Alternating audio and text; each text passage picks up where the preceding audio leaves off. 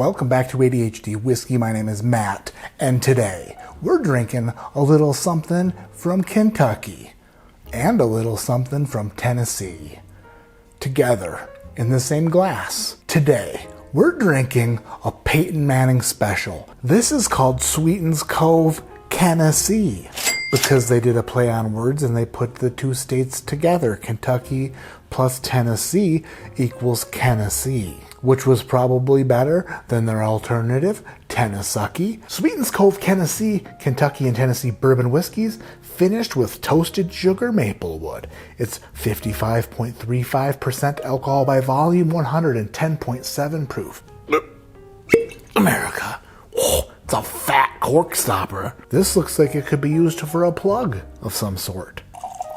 Before we get into today's review, I want to tell you about today's video sponsor, IntoTheAM.com. IntoTheAM.com is your one-stop shop on the internet for all the clothing that your body requires and needs. A huge percentage of my wardrobe is IntoTheAM.com t-shirts. I get lots of compliments on them from people at the grocery store, people at the bank, and even my children's preschool teachers like, "Sweet shirt." And I'm like, thank you. They're pumping out new designs all the time, so go check them out if you haven't in a while. Click on my link in the description below, use code ADHD10 at checkout, and you'll save yourself 10%. Did we just become best friends? They stole that line from Step Brothers, obviously. Who better than master blender Marion Eves to bring the heated historic rivalry of Kentucky and Tennessee bourbon together in one bottle? These proud rivals share a commitment to craftsmanship and culture, land, and legacy. Now experience one delicious and dynamic blend among friends. We can still pick sides about horses or football, alma maters or music. Either way, let's raise a glass and celebrate our common love for damn good bourbon. Those sons of bitches said the D word, which is gonna get me demonetized, so I demand an apology. Volunteer to share, SweetensCoveSpirits.com. Cheers to friends, old and new, to memories and traditions, laughter and legends. Speaking of legends, Daniel Carter sent me this bottle. Friggin' legend. What a man, what a man, what a mighty good man. Let's go in for a nose on this Sweetens Cove. Ooh, sugar mapled wood. Actually kind of smells like sugar mapled wood. Wood smell. Little raspberry. Definite wood.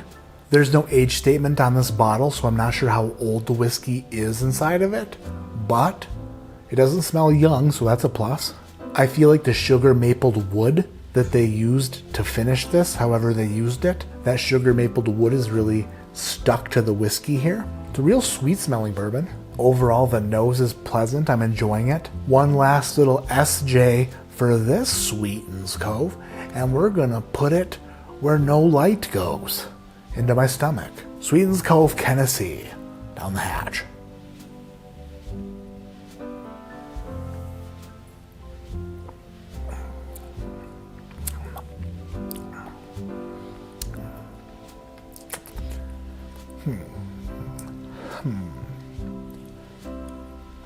First sip is light and sweet, little syrupy, pleasant, nice. A little bit of maraschino cherry juice, a little bit of maraschino cherry there.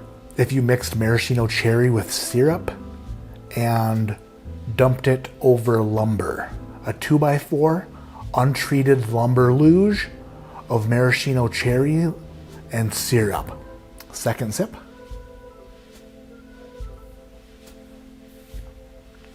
Second sip is starting to do things that I'm not a huge fan of. Oh, it's still doing it.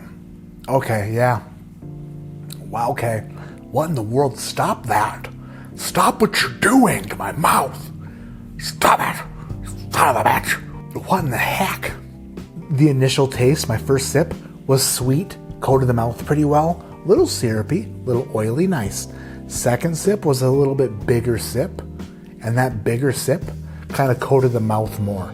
It kind of enveloped my palate, if enveloped is the right word to use in that situation. And the sweetness was there up front, but then as it went towards the back of my mouth, toward the old dangly parking attendant, the bitterness started to grow a bit. Started to get a little bit barrel bitter. It's weird because The sweetness up front, super enjoyable, but then as it crawls to the back, as it does its thing to the back of the palate, it gets a little bit bitter.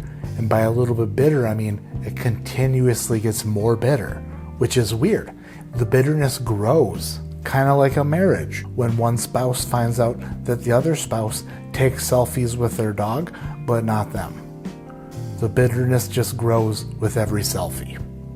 Maybe sip number 2 is just a fluke sip. Sip number 3, how bad could it be? That really affects the taste buds in the back with a really bitter, not great snack. If you could stop tasting it after like a couple seconds, it would be really good. Unfortunately, you continue to taste it. Unfortunately, this bourbon has a finish on it, which is typically a good thing, except for in this case, it's its downfall. Blending Tennessee whiskey with other whiskeys and expecting a great outcome is very difficult. I've tried it. I've tried it on a professional level, sort of, basically, pretty much. And it's really difficult. Tonight, Sweetens Cove, Tennessee receives a score from me of 6.4. It's decent. It's a decent pour. There are a lot of bottles out there under the $60 price point that I would encourage you to try or buy before this. Hey, Peyton Manning, why don't you get some really quality whiskey for Mary and Eve's to blend, would ya? Hey, why are you setting Mary and Eve's up for failure with a bunch of Tennessee whiskey? I know you're a Tennessee guy, but listen, Mary and Eve's is great. She's great, but she can't make chicken salad out of chicken shit. Whatever you gotta do to win, you do. So don't just stick with Tennessee whiskey because it's from Tennessee. That's how you get sacked by Reggie White. My name is Matt, this is ADHD Whiskey, and like I always say, keep your head in the clouds but your mind on sunscreen. Because the sun's out, babies. The sun is out so hot. And it's just burning bitches around here. Left and right, up and down, everywhere I look is another burnt bitch. That includes me. My back, she red, because guess what I did?